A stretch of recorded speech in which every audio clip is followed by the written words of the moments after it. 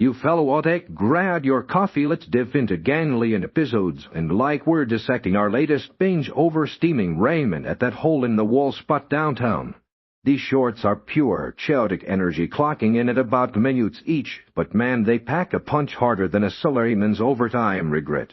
Set in the gritty Yakira, took you where flip phones rule, and world domination.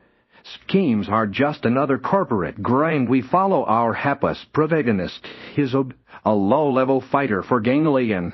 Cody, that's right, an evil corporation, straight out of a Saturday morning cartoon, but with the soul-crushing bureaucracy of a dead-end job episode that kicks off with Isobe getting slapped with his latest mission, impossible to blow up.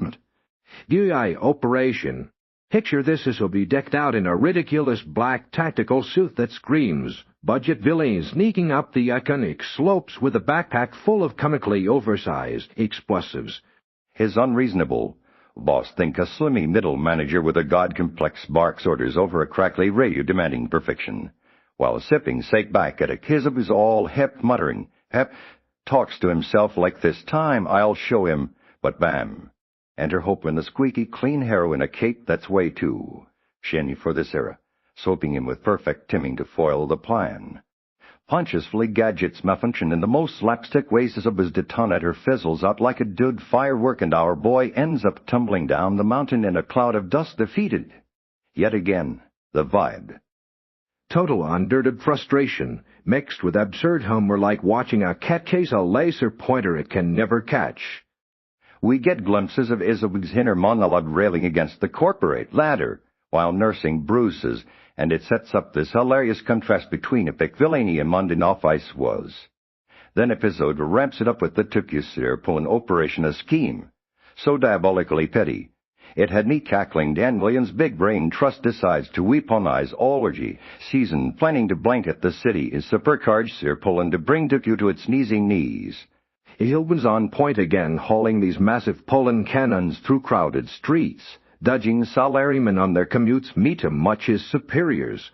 Pile on the pressure unrealistic dead lanes, zero support just endless. Micromanaging via urgent emails. Remember those early house inboxes. Each characters shine here as of his wary. Resilience is boss over-the-top villain monologues.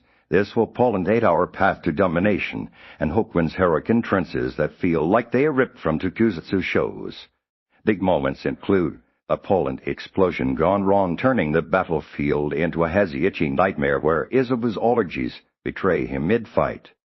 Oakman saves the day with some wind-based superpower nonsense, leaving Isobe sprawled in a park pondering his life choices as cherry blossoms mockingly float by. The overall vibe pulses with that electric mix of satire and sympathy. It's like if a space crashed into Power Rangers, making you root for the villain, because hey, we've all had bosses like that. All right, let's geek out on the visuals. These episodes' art still is a love letter to early owls, nostalgia with a clean retro aesthetic that nails the era's vibe without feeling dated. The animation from director Eamon Watanabe, the guy behind Children of the Sea's stunning fluidity, keeps things snappy and expressive perfect for short-form chaos. Character designs pop with exaggerated features. Isobe's perpetual sweet drops and defeated sludge capture that salarymen despair hilariously, while Hopeman's chiseled jaw and flowing Kate scream heroic parody. Backgrounds evoke old school Tokiwoian signs, crowded subways, and misty mountains rendered in vibrant yet gritty detail, making the city feel alive and oppressive like its complicity in Ganglion schemes. What's gorgeous? The action sequences, even in bite-sized bursts, are cantic gold quick cuts. During fights, dynamic camera angles zooming in on Isobe's failed gadgets, and those pollen clouds swirling like a psychedelic storm. The color palette shifts from corporate grays in scenes to explosive primaries during missions, gushing over how it amps up the comedy without overdoing effects. Sound design ties it together, too, with funky sax and a jazzy beat score that underscores the absurdity.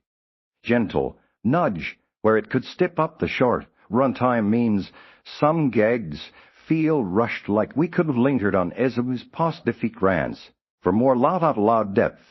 Animation-wise, while fluid, it occasionally skips on fire details and crowd scenes, nothing deal-breaking. But a tad more polish could elevate it from fun spoof to visual feast still for a short-form series. It's punching way above its weight class. Will Ganglion at what left me buzzing like I'd chugged too much energy, drink obsessed with how it scores corporate, health through superhero tropes, turning Isabel's endlessels into relatable gold. It's got me hooked on that underdog charm. Who knew world domination fails could be this endearing? I'm crossing fingers for deeper dives into Ganglion's hierarchy and future eps made, some Hopeman backstory or welder operations that push Izzo to his breaking point. If it keeps this sharpwood and heart, we're in for a cult classic. What about you? Hit me up next, 'cause let's debate if Izzo deserves a promotion or a hero turn.